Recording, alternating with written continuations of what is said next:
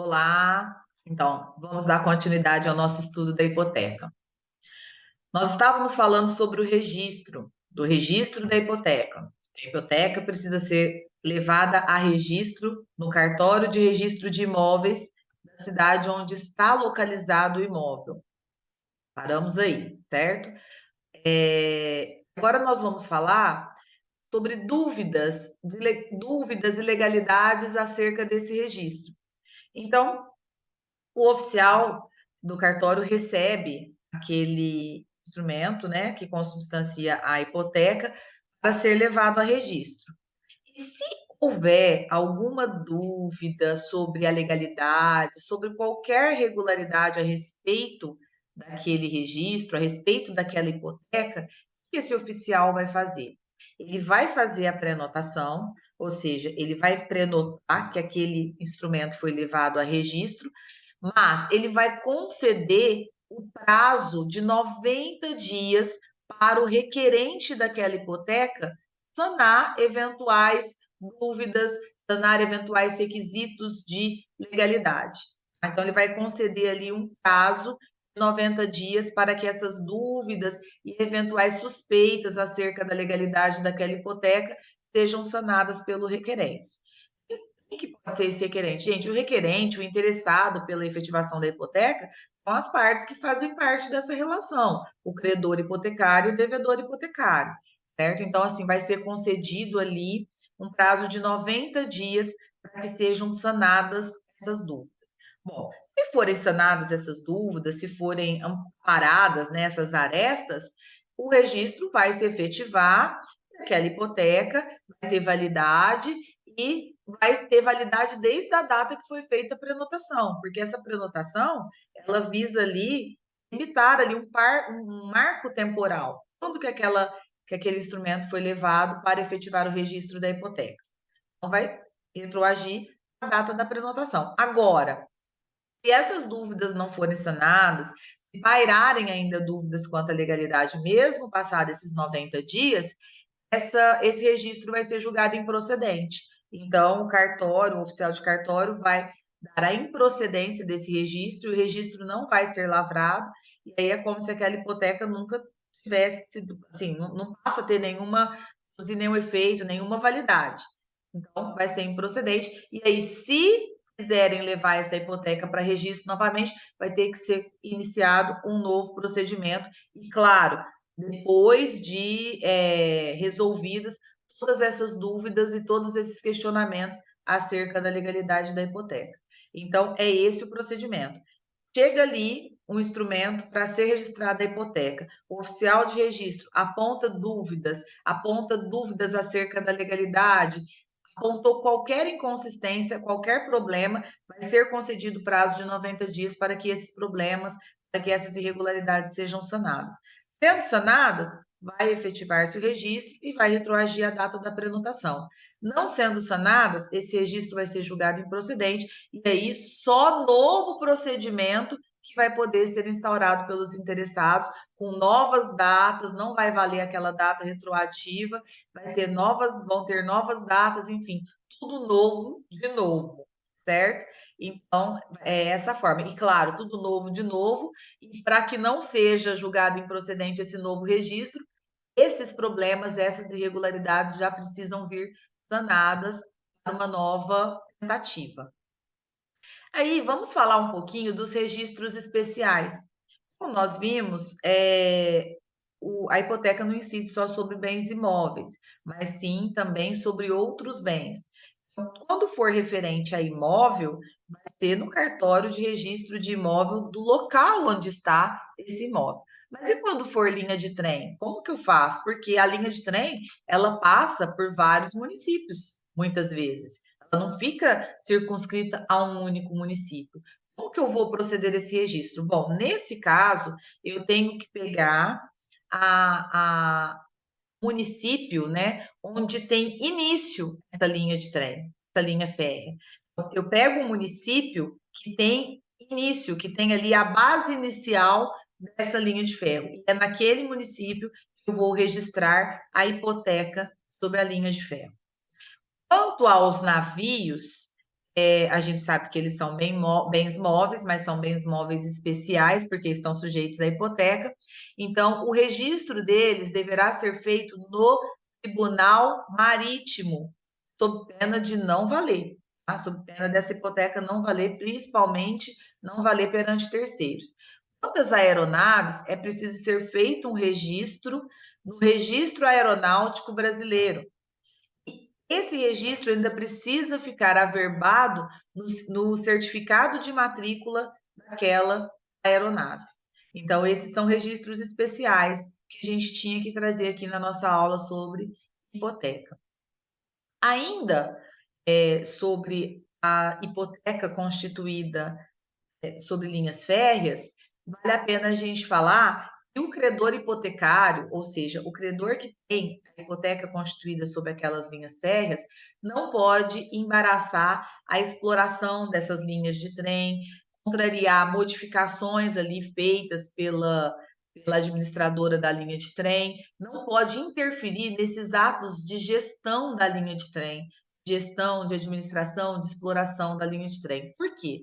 Porque as linhas de trem, elas possuem uma função social, porque é trem, é transporte, quer seja para transportar pessoas, cargas, mercadorias, né? Existe ali uma função social agregada ao funcionamento daquela linha de trem. Então, por isso que o credor hipotecário, ele não vai poder não vai poder interferir nessas questões administrativas, questões de exploração, ele não pode interferir. A hipoteca dele, se ela fica circunscrita ali aos materiais utilizados para aquele leito da estrada de terra, e não à exploração da estrada de terra propriamente dita. Da estrada de terra não, da estrada férrea, perdão, da estrada férrea propriamente dita. Então fica circunscrito ali a esse material, a essa linha de trem propriamente dita, e não a exploração dela.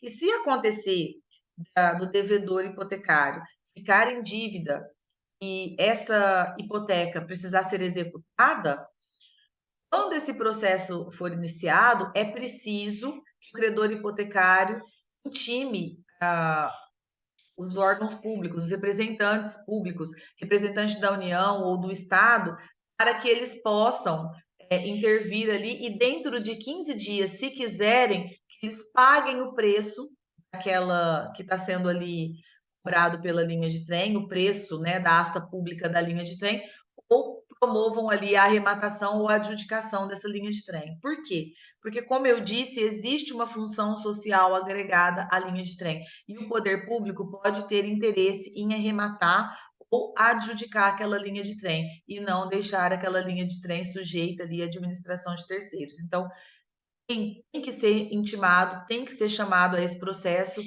o representante da União ou dos estados para que interfira e manifeste o seu interesse na arrematação ou na adjudicação daquela linha de trem que está sendo objeto de um processo de execução.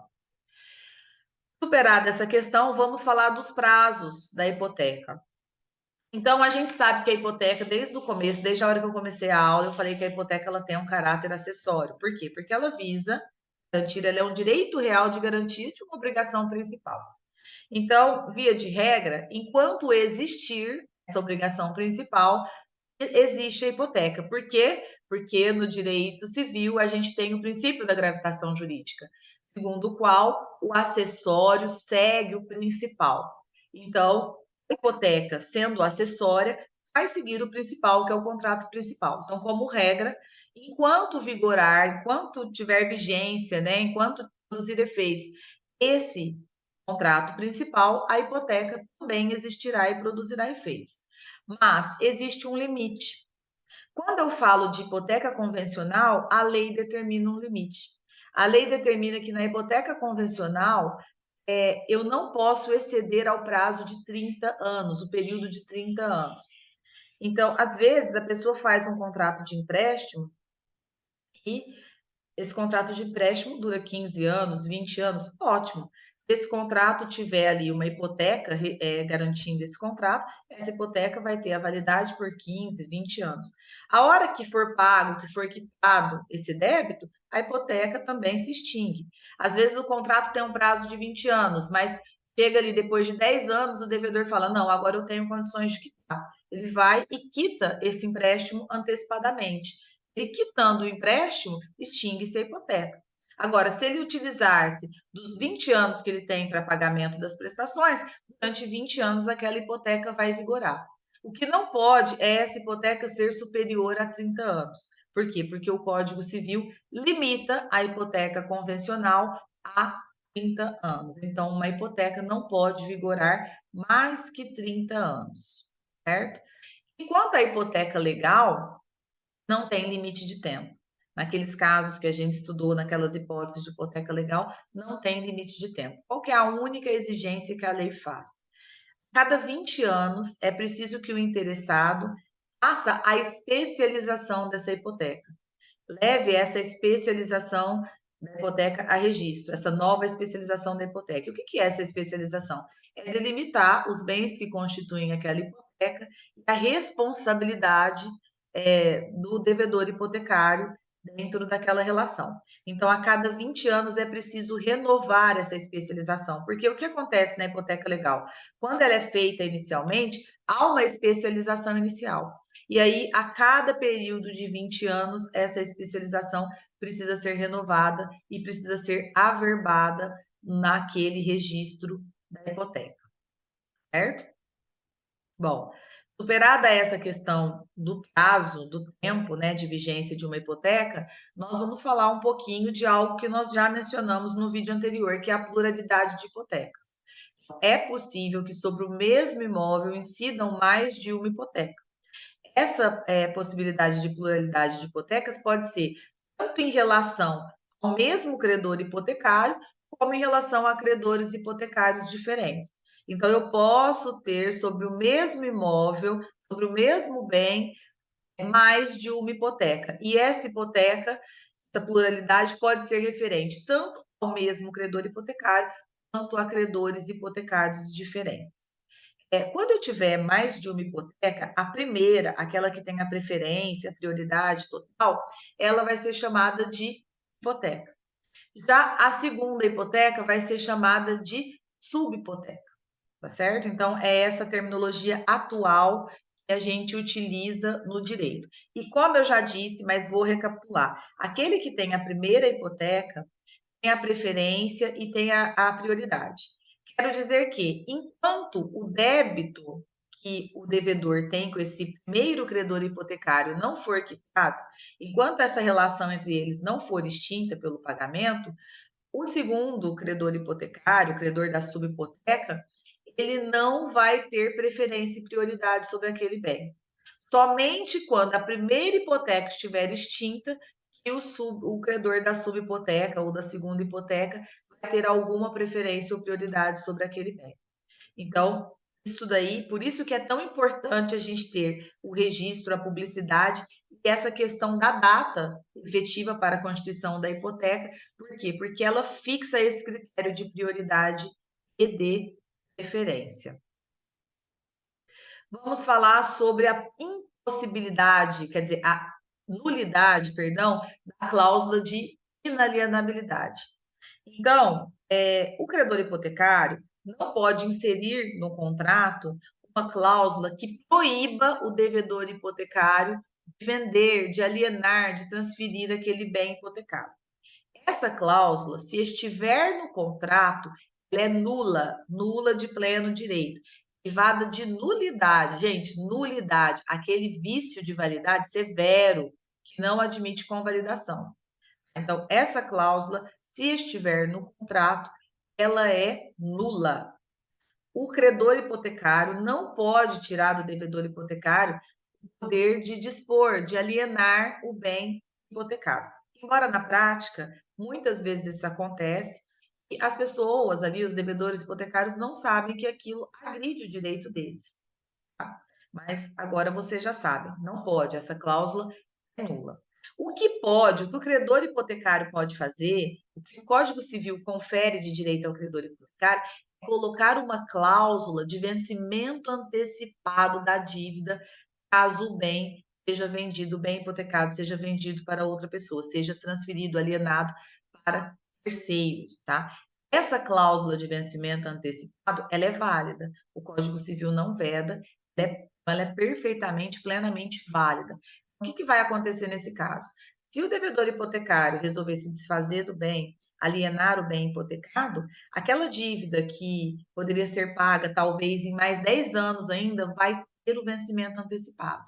Não vai ter mais aquele vencimento parcelado mensalmente, vai ter o vencimento antecipado. E aí isso precisa ficar atento no contrato e verificar se existe essa cláusula permitindo ali o vencimento antecipado, porque às vezes o devedor hipotecário aliena esse bem para o terceiro falando, não, ó, você assume a hipoteca. A pessoa assume pensando que vai pagar parceladamente aquela dívida, quando na verdade o contrato vai vencer antecipadamente e a pessoa vai ficar com aquela dívida enorme na mão. Então, é preciso se atentar a isso para não ter problemas posteriores. E aí, se esse adquirente do imóvel hipotecado não se obrigar pessoalmente a pagar essas dívidas referentes do devedor hipotecário tinha perante o credor hipotecário, como que ele faz? Bom, gente, hoje em dia é muito difícil a pessoa comprar um imóvel hipotecado e não saber que ele está hipotecado. Por quê? Porque, como nós já vimos, para que a hipoteca tenha validade, ela precisa ser registrada. E aí a gente parte de um pressuposto, a gente parte de um princípio. Que uma pessoa, quando resolve investir num imóvel, comprar um imóvel, não é um investimento baixo, ela vai fazer as pesquisas necessárias para se resguardar, para resguardar os seus direitos. E por pesquisas necessárias, a gente entende que pelo menos a pessoa precisa se dirigir ao cartório de registro de imóveis da cidade onde o imóvel está localizado, para ver qual que é a condição registral, a condição atual registral daquele imóvel.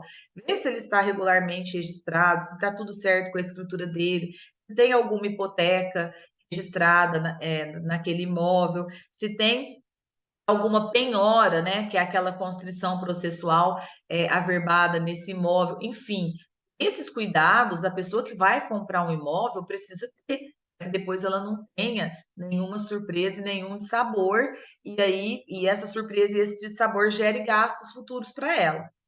Então, é muito difícil a gente pensar na possibilidade de uma pessoa hoje em dia, nos dias atuais, dada a grande possibilidade de informação que nós temos, a pessoa comprar um imóvel e não saber que ele está hipotecado. Mas vamos lá, vamos pensar, né, numa situação hipotética aqui que a pessoa compra o imóvel e não sabe que esse imóvel está hipotecado e quando comprou o imóvel, por não saber que o imóvel estava hipotecado, não assumiu pessoalmente a obrigação de pagar essas dívidas referentes àquela hipoteca.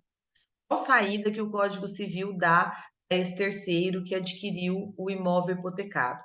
O Código Civil dá uma saída para ele exonerar-se da hipoteca. E qual seria essa saída? Bom, no momento em que ele receber a citação do processo de execução, que está em andamento para, para receber aquela dívida hipotecária, ele tem 24 horas para abandonar o imóvel. 24 horas para abandonar o imóvel. Se ele abandonar o imóvel dentro de 24 horas, a contar da data em que ele recebeu a citação do processo de execução, ele se exonera dessa dívida hipotecária que era do devedor hipotecário anterior. Claro, gente, se ele pagou alguma coisa para esse devedor hipotecário que vendeu a casa para ele, que vendeu o imóvel para ele, claro que ele vai ter um direito de processar essa pessoa e reaver o que ele pagou. Mas ele se livra dessa dívida perante o credor hipotecário. Tá? Ele vai se livrar dessa dívida e vai ter que lutar na justiça para reaver o prejuízo que ele teve diante do fato do credor hipotecário ter vendido para ele um imóvel hipotecado, não tê-lo deixado ciente disso e ele não ter assumido essa obrigação de pagar a dívida hipotecária. Porque, na prática, o que acontece? Quando uma pessoa vai vender um imóvel hipotecado, ela tem que deixar o comprador ciente. Claro, gente, o comprador também tem que ter cuidado de ir no cartório verificar isso, mas ela tem que deixar o comprador consciente, por quê? Porque esse valor que o comprador vai assumir da dívida precisa ser abatido no preço do bem que está sendo vendido. Então, vamos supor, a pessoa está vendendo um imóvel que vale 300 mil reais. Só que esse imóvel tem uma dívida de hipoteca de 150 mil, qual que é o correto? O comprador pagar 150 mil apenas para o vendedor, vai pagar 150 mil e os outros 150 mil ele vai arcar pagando essa dívida de hipoteca. Esse é o correto. Mas vamos pensar aqui num caso. A pessoa não fica sabendo que tem uma hipoteca sobre aquele imóvel, o comprador, o vendedor omite isso. E aí o, o comprador paga o preço cheio para o vendedor, né? Paga os 300 mil para o vendedor e depois ele é surpreendido com uma execução, uma dívida de hipoteca no valor de 150 mil reais. Como que ele faz? Na verdade, se ele pagar essa dívida, ele vai pagar 450 mil de um imóvel que valia 300 mil. Então, ele tem como escapar dessa dívida. Como que é? Dentro de 24 horas, ele abandona o imóvel e aí ele não adquire essa dívida, ele não, vamos dizer assim, ele não se torna responsável por essa dívida fruto da hipoteca. E, claro, ele vai ter que entrar na justiça, ajuizar uma ação e reaver o que ele pagou para aquele antigo proprietário da casa, né? Para não ficar no prejuízo. Remissão. Vamos falar sobre a remissão. Aqui a remissão, gente, é remissão com C cedilha, tá? E não com dois S. Porque nas nossas aulas de direito das obrigações, nós estudamos a remissão com dois S, que é o perdão, equivale ao perdão. Aqui a remissão é remissão com C cedilha, equivale a resgate. Então, esse adquirente do imóvel hipotecado, essa pessoa que compra o imóvel hipotecado, ele tem a possibilidade de resgate desse imóvel hipotecado, de resgate dessa hipoteca, tá? Como que é feito esse resgate dessa hipoteca? Ele tem 30 dias a contar do registro do título aquisitivo, ou seja, a contar do registro da escritura de que ele comprou aquele imóvel hipotecado, ele tem 30 dias para fazer uma proposta para o banco, o credor hipotecário, né? Eu falo banco sempre porque sempre é o banco, né? Nessas situações, ele tem que fazer uma proposta de pagar aquela hipoteca, aquela dívida hipotecária. Tá? Então ele tem é, 30 dias para fazer essa proposta. Por quê? Se ele fizer essa proposta, ele quita aquela dívida e ele fica com o bem livre e desembaraçado para si, certo? Então, quando ele faz essa proposta, o banco, o credor hipotecário, pode impugnar esse valor, impugnar o valor que ele oferta. Se o credor hipotecário impugnar esse valor, aquele bem vai ser destinado para venda judicial. E aí, na hora que for fazer o procedimento da venda judicial, vão ser feitos os lances. E aí, o lance de maior valor geralmente é o lance que ganha, né? Mesmo quando tiver esse lance de maior valor, esse adquirente que tinha ali adquirido o imóvel vai ter preferência na aquisição do imóvel, desde que, obviamente, aceite pagar o valor do maior lance. Então, em condições iguais entre a pessoa que deu o lance e o adquirente tem preferência para adquirir aquele imóvel, desde que cubra ali o lance de maior valor dado por uma terceira pessoa. Agora, se não houver impugnação do credor hipotecário, esse adquirente salda a dívida e fica com o bem para si livre e desembaraçado. Nós estamos falando da hipótese de resgate, né, de remissão, ou seja, existe ali uma hipoteca que incide sobre aquele imóvel e não está sendo paga, por exemplo, o adquirente pode ir lá e fazer esse resgate, essa remissão, da forma como eu acabei de explicar para vocês. Mas, gente, quando a pessoa vai adquirir um imóvel hipotecado, e tudo isso é focado na negociação em forma transparente, de forma transparente, o que é o correto? Como eu disse, na prática, o correto é que esse valor da dívida seja abatido do preço do bem que está sendo vendido. Como eu dei o exemplo, o imóvel vale 300 mil, tem 150 mil de dívida de hipoteca. Abate esses 50 mil dos 300 mil, esses 150 mil dos 300 mil. Então, o adquirente vai pagar para o vendedor do imóvel, né, que é o devedor hipotecário, apenas 150 mil. E vai resolver a situação com o credor hipotecário. E ele pode assumir essa hipoteca, que é possível fazer a transferência dessa hipoteca. Ele pode assumir essa hipoteca para continuar pagando parceladamente aquelas parcelas que o devedor hipotecário pagava, Ou ele pode também fazer uma proposta de resgate dessa hipoteca, pagamento de liquidação dessa hipoteca, porque essa hipoteca fica extinta e ele fica com o imóvel livre e desembaraçado para si. Bom, em linhas gerais, eram esses pontos, né? São pontos essenciais para a gente estudar dentro do tema hipoteca. Qualquer dúvida, eu estou à disposição nos nossos grupos, no nosso grupo de WhatsApp, para sanar dúvidas, divergências, enfim, tudo que não ficou esclarecido aqui ao longo dessa aula. Então, até a próxima, gente. Tchau, tchau.